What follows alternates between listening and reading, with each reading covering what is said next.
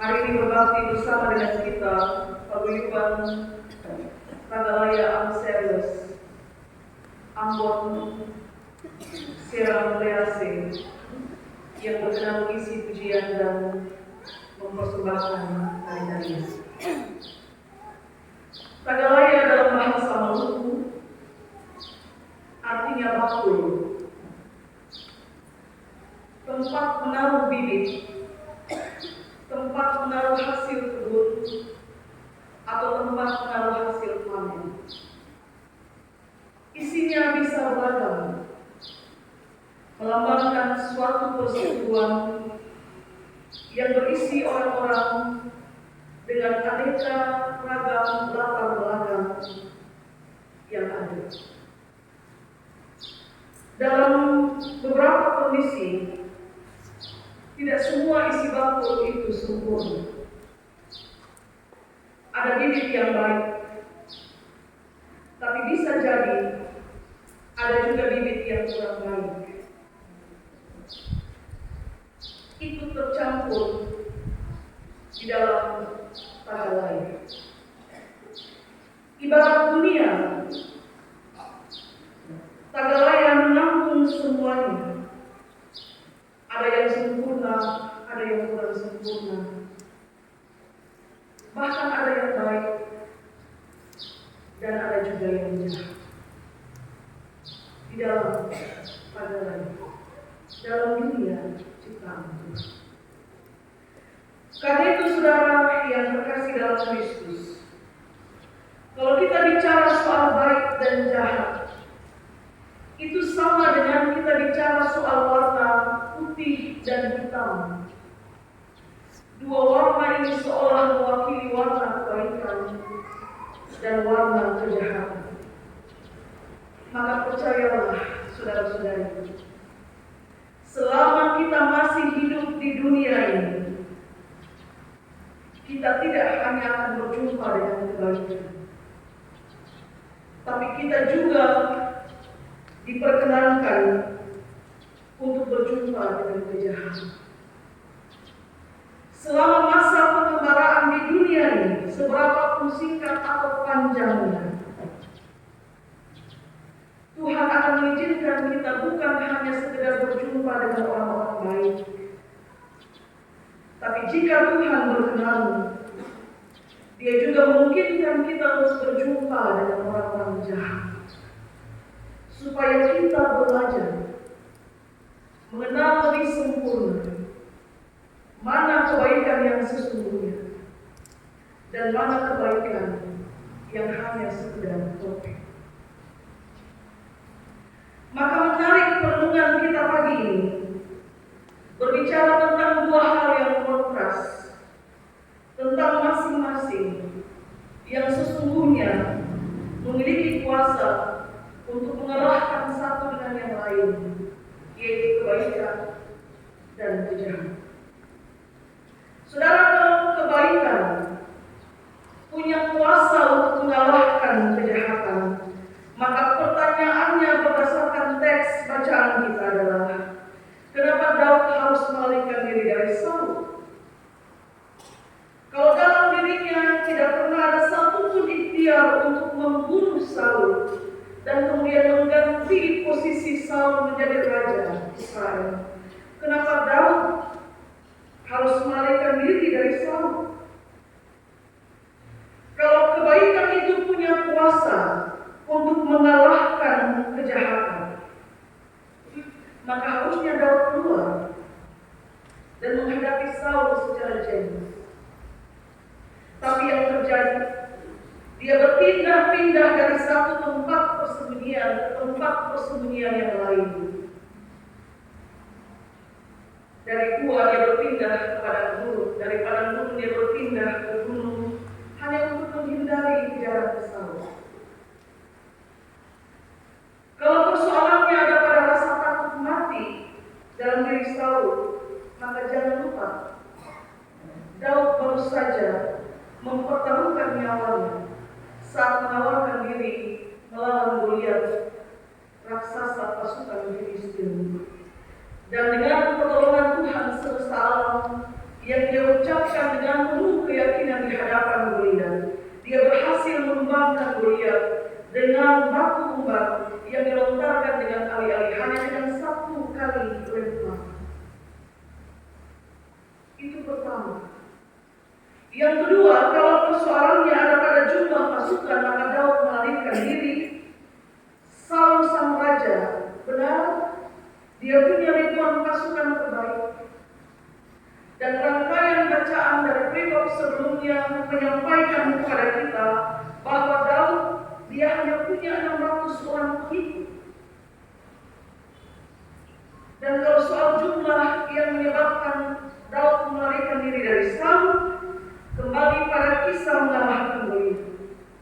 Saat Goliat dengan berani sambil mengejek-ngejek pasukan Israel dan menantang mereka untuk berduel, tidak ada satupun tentara Israel, tentara Saul yang berani untuk mengajukan dirinya untuk melawan Goliat.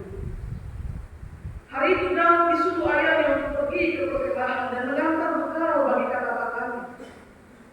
Dan dia mendengar tantangan Goliat, dan dengan berani dia menawarkan diri untuk melawan Goliat. Ini bukan soal jumlah pasukan. Dan yang menarik saudara, hari itu dalam gua di NGD, Daud punya peluang besar untuk menghabisi Saul. Tapi lihat apa yang dia lakukan. Dia hanya potong punca jubah Saul. Punca itu rumbai-rumbai. Orang Israel memakai sampai pada kebiasaan orang Yahudi melambangkan ketaatan mereka terhadap kepercayaan mereka. Ada rumbai-rumbai yang bergantung yang diikatkan pada pinggang mereka. Saul hanya memotong punca jubah itu. Maka sekarang saya bertanya, kesempatan ada di depan mata saudara. Kenapa Daud tidak membunuh Saul? Dia lari dari satu persembunyian ke persembunyian yang lain, dan sekarang dia bertemu langsung. Kenapa dia tidak menghabisi Saul? Apakah karena Daud menghormati Saul sebagai raja yang gelap? Atau apakah Daud menghormati Saul sebagai orang tua? Karena percakapan dalam bacaan kita menulis di situ Daud memanggil Saul sebagai ayah, dan Saul menyebut Daud sebagai anak. Apakah karena Daud menghormati Saul sebagai orang tua? Saudara, raja sekalipun atau orang tua sekalipun, kalau dia berikhtiar untuk membunuhmu, apakah engkau secara sadar akan membiarkan dirimu terbunuh hanya karena engkau menghormati? Perhatikan ini baik-baik, saudara-saudari. Penghormatan Daud kepada Allah, dia tempatkan di tempat tertinggi di dalam hatinya. Dalam kesadaran yang sungguh tentang nilai sebuah urapan yang maha kudus yang datang langsung dari Allah, Daud menyadari penuh bahwa tangannya tidak boleh menyentuh orang yang di dalam dirinya berdiam urapan Tuhan. Karena itu ini bukan soal jumlah pasukan, juga bukan soal siapa Saul atau Saulnya, dia raja atau dia orang tua, bukan sekedar itu. Tapi ini soal penghormatan kepada Tuhan yang urapannya ada dalam diri musuh. Karena itu sekalipun peluang itu datang, penghormatan Daud kepada Allah mampu mengalahkan 1000 keinginan dagingnya untuk menghabisi Saul. Karena itu dia hanya bisa melarikan diri, hanya bisa menghindar. Dan ketika ada kesempatan penuh, dia hanya bisa potong punca jubah Saul sebagai bukti bahwa aku punya kesempatan ayah, tapi tidak menggunakan kesempatan itu karena ada urapan Tuhan yang maha kudus yang sementara berdiam di dalam diri. Dan pada titik di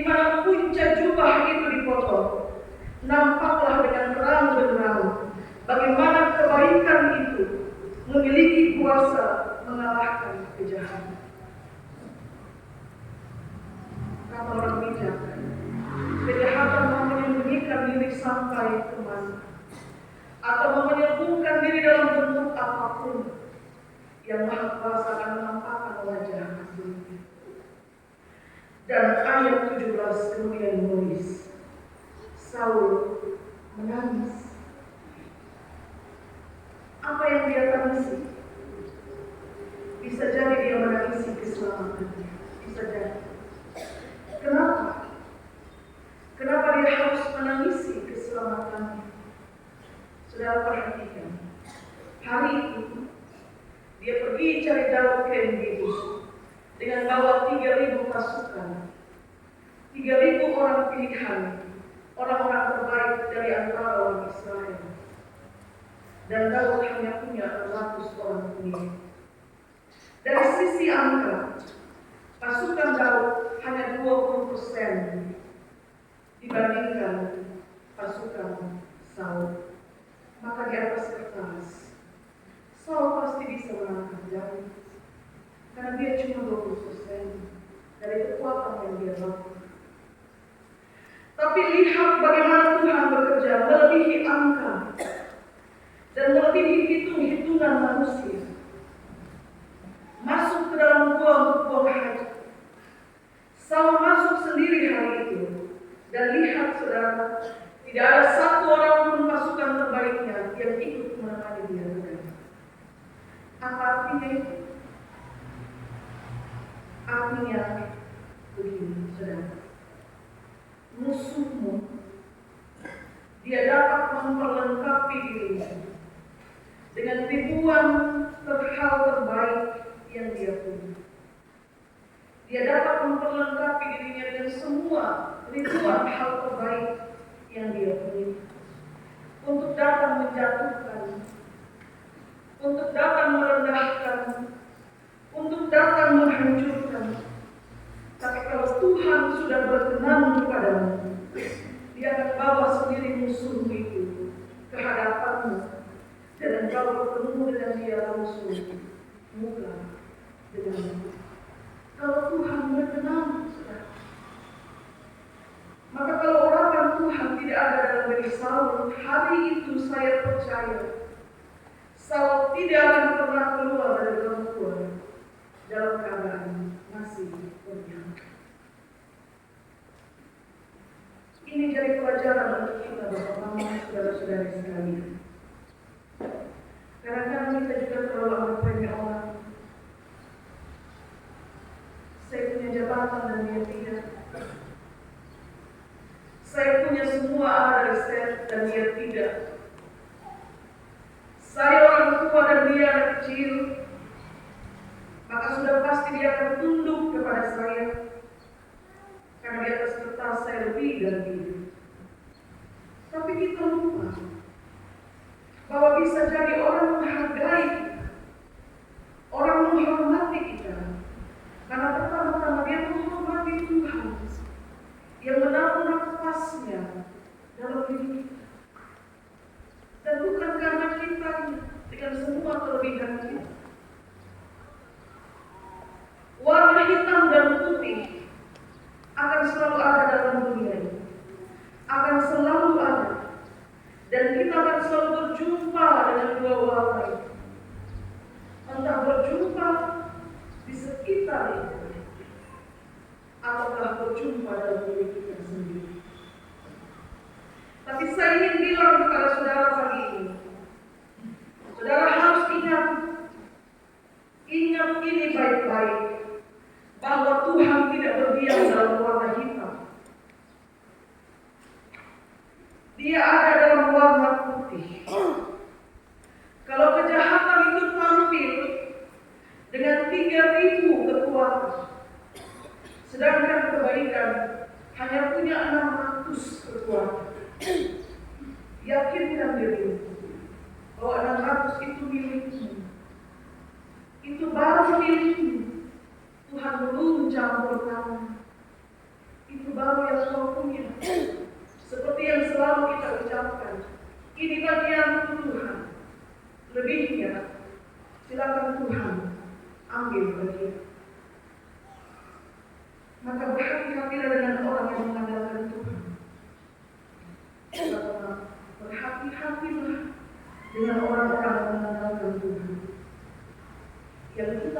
dia hanya punya 600. Itu yang kita lihat. Tapi kita tidak pernah tahu bahwa di belakangnya ada Tuhan yang bisa melipat gandakan apa yang menjadi bagian. Tagalaya, baku, berisi segala yang baik, tapi bisa jadi yang tidak sempurna pun ada di dalam. Dan kita bertemu itu dalam dunia ini. Dalam dunia ini, selama hayat di kandung badan, di dalam tagalaya itu ada yang sempurna, ada yang tidak sempurna, ada yang manis, ada yang pahit, ada yang hitam, ada yang putih. Tapi seperti puji-pujian paduan suara perempuan ini dan paduan suara total tagalaya Amsarias, biar kita lain bahasa, lain budaya, bahasa-bahasa kita berbeda untuk mengungkapkan kebesaran Tuhan. Kita ada dalam satu dunia ciptaan Tuhan, dan orang yang mengandalkan Tuhan pada akhirnya dia keluar sebagai pemenang. Karena kebaikan, dia punya kuasa untuk mengalahkan kejahatan. Tuhan berkati kita dengan firman-Nya. Amin. Persembahan pujian. Kau